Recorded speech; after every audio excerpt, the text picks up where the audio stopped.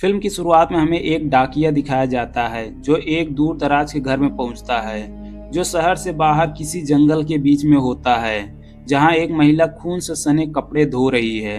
डाकिया दरवाजा खटखटाता है लेकिन महिला उसे सुन नहीं पाती क्योंकि वह तेज संगीत बजा रखा था। इसी समय घर के तहखाने से कुछ चरमराहट की आवाज सुनाई देती है। डाकिया यह सोचकर कि अंदर कोई फंसा है, वह एक लकड़ी का ढक्कन खोलता है और मदद करने की कोशिश करता है। दुर्भाग्य से उसे अचानक एक अदृश्य शक्ति अंदर खींच लेती है। फिर सीन 30 साल बाद का दिखाया जाता है जब टीनेजर्स का एक ग्रुप कैंपिंग के लिए जंगल जा रहा है। इस यात्रा को ऑफलाइन वेकेशन कहा जाता है जहां इन बच्चों को उनके माता पिता इंटरनेट और गैजेट की लत के कारण भेजते हैं। उनके पहुंचने पर मैनेजर उनका स्वागत करता है और कहता है कि यह उनकी लत पर काबू पाने और नेचर के करीब जाने का सुनहरा मौका है। टोटल 50 टीनेजर्स को टीमों में बांट दिया जाता है और प्रत्येक ग्रुप के लिए एक गार्जियन डिसाइड किया जाता है। फिर उन्हें अपने फोन जमा करने और यात्रा की तैयारी करने के लिए कहा जाता है।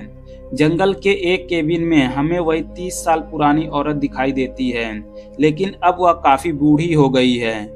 उसने एक हिरण का शिकार किया है और उसे तहखाने में खींचने की कोशिश कर रही है। बदकिस्मती से वह फिसलकर गिर जाती है। तभी हमें एक बड़ा और घिनौना आदमी दिखाया जाता है जो उस बूढ़ी औरत को मार देता है। जंगल में 3 दिन की पैदल यात्रा की तैयारी चल रही होती है।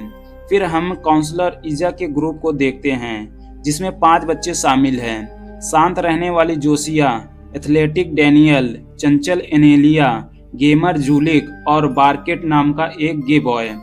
उनके जाने से पहले एक लोकल पादरी एक आलीशान कार में आता है और सभी का अभिवादन करता है। वह कहता है कि एडवांस टेक्नोलॉजी बच्चों के लिए सबसे बड़ा खतरा है और उम्मीद करता है कि वे अपनी लत पर काबू पा लेंगे। जिससे पता चलता है कि केवल भारत के बच्चों को मोबाइल की लत नहीं लगी है, इससे पूरी दुनिया के लोग जूझ रहे हैं। फिर पादरी टीनेजर्स के लिए प्रार्थना करता है और उनके मोबाइल फोन और लैपटॉप पर होली वाटर भी छिड़कता है। इसके बाद इजा का ग्रुप कैंपिंग के लिए निकल पड़ता है और इस दौरान जूलिक जोसिया में रुचि दिखाता है। वह कहता है कि उसका हार उसे टर्मिनेटर T-800 की याद दिलाता है। यह सुनकर वह हंसती है और बताती है कि यह उसके परिवार की यादगार चीज है। इस बीच डैनियल एनेलिया के साथ फ्लर्ट करने की कोशिश करता है लेकिन बार्केट उसे बार बार रोकता है।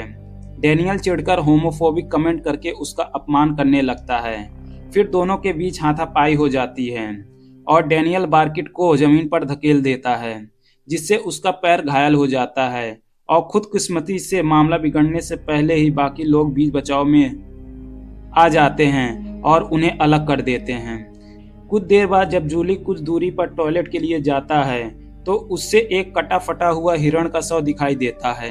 यह सोचकर कि कोई बड़ा जानवर आसपास है, वह डर जाता है और सभी को जांच करने के लिए बुलाता है।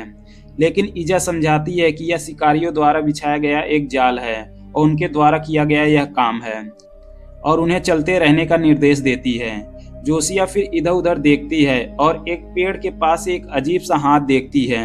यह देखकर वह डर जाती है लेकिन चुपचाप वहां से चली जाती है और किसी को कुछ नहीं बताती। बाद में समूह जंगल के बीचों बीच अपना डेरा जमा लेता है। फिर वो आग के चारों ओर बैठकर अपनी जिंदगी के बारे में बातें करने लगते हैं। जूलिक बताता है कि वह एक गेमर है और उसका एक यूट्यूब चैनल है जिसके 10 लाख सब्सक्राइबर हैं। वह अक्सर गेम खेलने के लिए स्कूल छोड़ देता था जिससे उसके माता पिता बहुत नाराज हो जाते थे। वह आगे बताता है कि वह $5 लाख के इनामी वाली एक प्रतियोगिता के लिए कोरिया जाने वाला था। हालांकि उसके माता पिता ने मना कर दिया और उसे इस कैंपिंग ट्रिप के लिए भेज दिया। रात में सब सो जाते हैं लेकिन डैनियल बेचैन महसूस करता है, इसलिए वह पास की एक झील में स्मोकिंग करने चला जाता है। कुछ ही देर बाद एनेलिया भी उसके पास आ जाती है और वह भी स्मोकिंग करने लगती है। फिर दोनों छेड़खानी करने लगते हैं और बातचीत के दौरान एनेलिया को पता चलता है कि वह अभी भी कुंवारा है। वह उसे उसके जीवन की सबसे अच्छी रात देने का फैसला करती है और उसके साथ इंटीमेट हो जाती है। उनके खत्म होने के बाद एनेलिया अपने टेंट में लौट आती है जबकि डैनियल अपने कपड़ों में छिपा हुआ एक फोन निकालता है। वह एक डेटिंग ऐप पर लड़कियों को स्वाइप करना शुरू कर देता है। इस बात से अनजान कि कोई उसके पीछे कुछ सेकंड बाद पूरे शरीर पर फोड़े फुंसियों वाला एक विशालकाय आदमी प्रकट होता है और डेनियल पर हमला कर देता है। अंत में वह डेनियल को बार बार एक पेड़ से पटक पटक कर मार डालता है। अगले सीन में हम जोसिया को अपने परिवार के साथ एक रोड ट्रिप पर दिखाया जाता है। वह बहुत खुश दिख रही थी। वह पिछली सीट पर अपनी बहन के साथ खेल रही है, जबकि उसके पिता उसकी मां के साथ सेल्फी ले रहे हैं। इसी डिस्ट्रैक्शन के कारण उनकी कार का एक खतरनाक एक्सीडेंट का शिकार हो जाता है। तभी जोसिया एक बुरे सपने से जागती है और उसे लगता है कि उसका पूरा परिवार उस एक्सीडेंट में मर गया है। इसके बाद ग्रुप एक और दिन की हाइकिंग की तैयारी करता है, लेकिन वे डेनियल को नहीं ढूंढ पाते, इसलिए सभी चिंतित हो जाते हैं। तभी एनेलिया बताती है कि वह रात को उसे झील के पास देखा था। जब वे झील पर पहुंचते हैं तो पेड़ पर खून के धब्बे दिखाई देते हैं। टीनेजर्स घबरा जाते हैं, लेकिन इजा उन्हें यकीन दिलाती है कि यह खून नहीं बल्कि पेड़ का रस है। इसके बाद वह कहती है कि उन्हें अलग होकर डेनियल की तलाश करनी चाहिए। जूली घबरा जाता है और बताता है कि कैसे डरावनी फिल्मों में जब समूह बिखर जाता है तो सभी मारे जाते हैं। वह सुझाव देता है कि वो साथ रहें, लेकिन सभी उसकी सलाह अनसुनी कर देते हैं। इजा, जोसिया और जूली फिर डेनियल की तलाश में निकल पड़ते हैं, जबकि बाकी दो उसके लौटने की आशंका में वहीं रुक जाते हैं। कुछ ही देर बाद तीनों फिल्म की शुरुआत में दिखाई देने वाले घर पर पहुंच जाते हैं। घर के अंदर जाने पर उन्हें कोई नहीं मिलता। तभी उन्हें एक बेसमेंट का दरवाजा मिलता है। वो अंदर जाने का फैसला करते हैं और आखिरकार डेनियल सहित कई लोगों के लाशों के बीच में पहुंच जाते हैं। इससे पहले वह कुछ कर पाते तभी हत्यारा घर में आ जाता है, इसलिए मजबूरी में उन्हें बेसमेंट में ही छिपना पड़ता है। जूली घिनौनी गंध से लगभग उल्टी कर देता है, लेकिन इजा उसे रोक देती है। कुछ ही समय बाद हत्यारा तहखाने में घुस जाता है और उन्हें खिड़की से भागने की कोशिश करना पड़ता है। जोसिया और जूली भागने में सफल हो जाते हैं, लेकिन जब इजा वहां से निकलने की कोशिश करती है तो वह डेनियल का फोन बजता हुआ सुनती है। मोबाइल पाने के लिए वह वहीं रुक जाती है और हत्यारे से लड़ने की सोचती है, लेकिन दुर्भाग्य से यह उसकी सबसे बड़ी भूल साबित होती है, क्योंकि हत्यारा आसानी से इजा पर हावी हो जाता है। फिर वह उसका सिर काट देता है और उसका सिर जोसिया और जूली के पैरों में फेंक देता है। भयभीत होकर दोनों तुरंत वहां से भाग निकले।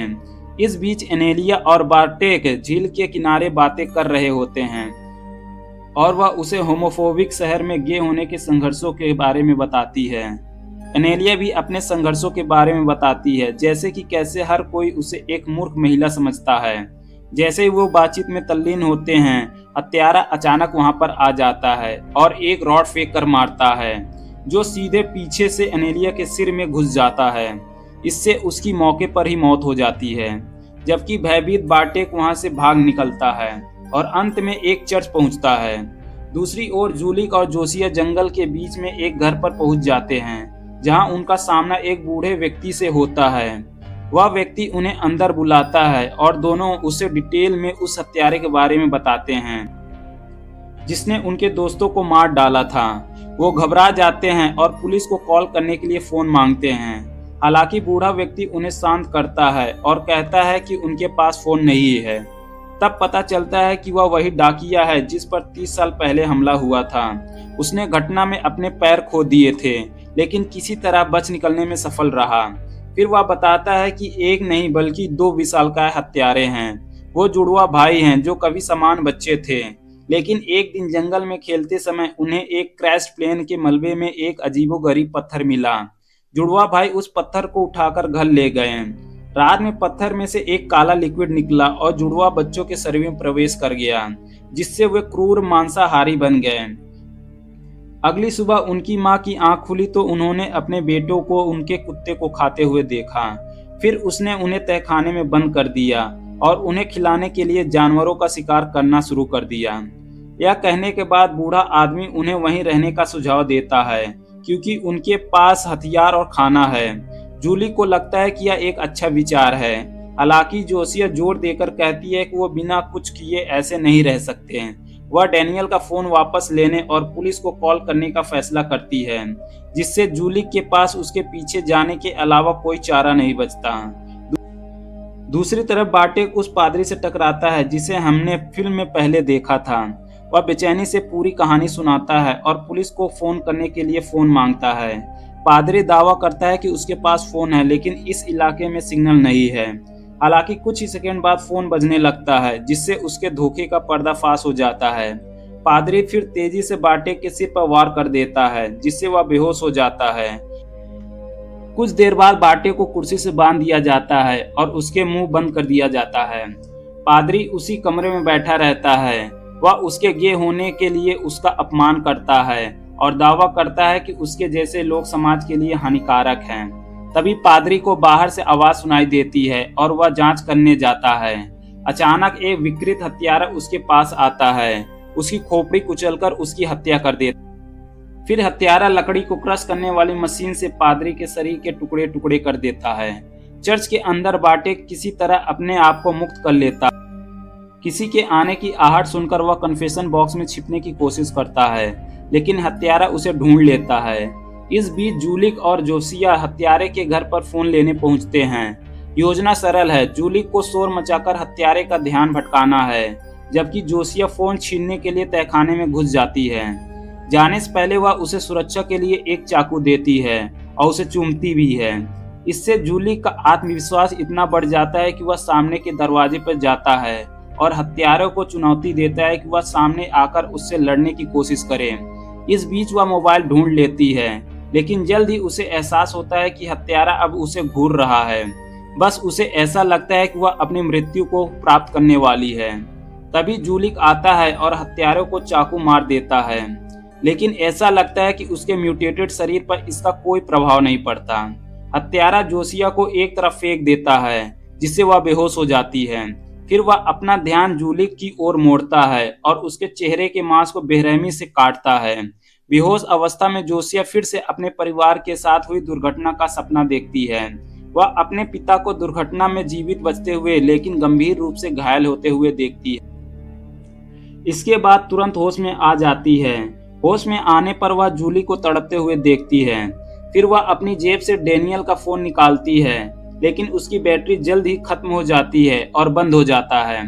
असहाय महसूस करते हुए जूली उसे खत्म करने के लिए कहता है, यह कहते हुए कि वह अब और दर्द सहन नहीं कर सकता। जोसिया फिर रोते ही है और अनिच्छा से चाकू उसके पेट में घुसा देती है, जिससे उसकी पीड़ा समाप्त हो जाती है। इसके बाद वह चाकू से खुद की बेड़ियां खोलकर आजाद हो जाती है। पहले तो जोसिया तहखाने की खिड़की से भागने की सोचती है, लेकिन जैसे ही उसे अपने सभी मरे दोस्तों की याद आती है, उसे एहसास होता है कि वह इन हत्यारों का सामना किए बिना नहीं जा सकती। ऊपर जोसिया को कमरे में एक बड़ा सा विशाल चाकू मिलता है और वह उसे पकड़ लेती है। वह जुड़वा हत्यारों में से एक को बिस्तर पर खर्राटे लेते हुए देखती है और उसे पता चलता है कि दूसरा घर पर नहीं है। बदले की भावना से भरकर जोसिया हत्यारे पर तब तक वार करती है जब तक वह हिलना डुलना बंद नहीं कर देता। फिर वह वहां से निकलकर भाग जाती है। इसी बीच बूढ़ा डाकिया अपने घर के अंदर होता है जब कोई दरवाजा खटखटाता है। यह मानकर कि ये जुड़वा हत्यारे ही होंगे, वह अपनी बंदूक उठाता है और दरवाजे पर कई बार गोली चलाता है। लेकिन जब वह जांच करने जाता है तो उसे बाटे की लाश मिलती है, जो असल में हत्यारे के चंगुल से बच निकला था और सुरक्षित वापस लौटने की कोशिश कर रहा था। दूसरी तरफ जोसिया घंटों जंगल में भागती है और आखिरकार एक पुलिस वाले से मिलती है। वह इतना सदमे में है कि पूरी स्थिति बता नहीं पाती। हालांकि पुलिस वाला उसकी बेचैनी देख और उसे गले लगा लेता है। फिर दोनों गाड़ी चलाने लगते हैं, लेकिन जल्द ही उन्हें सड़क पर पड़ा एक हत्यारा दिखाई देता है। पुलिस वाला किसी की मौत मानकर जांच करने के लिए अपनी कार से बाहर निकलता है। जोसिया की लाख मिन्नतों के बावजूद जब पुलिस वाला राक्षस को हिलते डुलते देखता है तो वह अपनी बंदूक निकालता है और गोली चलाने की कोशिश करता है। लेकिन इससे पहले कि वह ऐसा कर पाता, हत्यारा उसे कुल्हाड़ी से आसानी से काट देता है, जिससे उसकी दर्दनाक मौत हो जाती है। फिर वह कार के ऊपर चढ़कर जोसिया को चाकू मारने की कोशिश करता है, लेकिन वह समय रहते ड्राइवर की सीट तक पहुंचने और कार स्टार्ट करने में कामयाब हो जाती है। इससे हत्यारा जमीन पर गिर जाता है और जोसिया इस मौके का फायदा उठाकर उसे कई बार कुचल देती है। यह यकीन होने के बाद कि वह सचमुच मर चुका है, वह वहां से गाड़ी चलाकर चली जाती है। आखिरी सीन में दो शराबी रात में सड़क पर पड़े हत्यारे को देखते हैं। हैरानी की बात यह है कि वह अभी भी जिंदा है और किसी तरह उठ जाता है। घर पर पता चलता है कि उसका भाई भी चाकू लगने से बच गया है, फिर वह अपने बिस्तर से उठता है और अपने घर के बाहर पुलिस की बत्तियां देखता है, और इसी के साथ मूवी यहीं पर खत्म हो जाती है। आपको कैसा लगा यह मूवी का एक्सप्लेनेशन, कमेंट करके हमें ज़रूर बताएं। मिलते हैं एक और मूवी के साथ, तब तक के लिए नमस्कार।